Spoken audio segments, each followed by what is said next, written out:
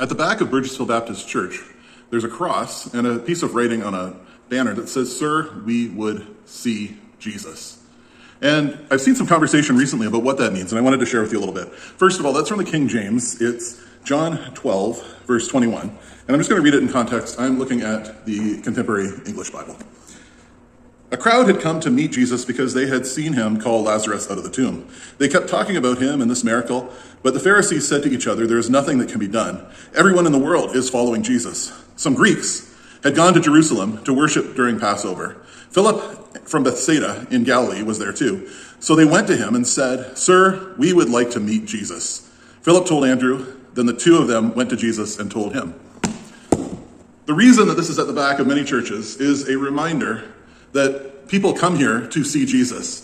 Just like these two Greek gentlemen in this story came and wanted to see Jesus, people come to church and want to see Jesus. They don't come wanting to hear the latest political theories or pop psychology from the pastor. What they want to hear is Jesus, and they're there to see Jesus. Now, we're living in incredibly divisive times, unfortunately, where I feel the right-wing church is being pulled into its set of values, and the left-wing church is being pulled into its set of values.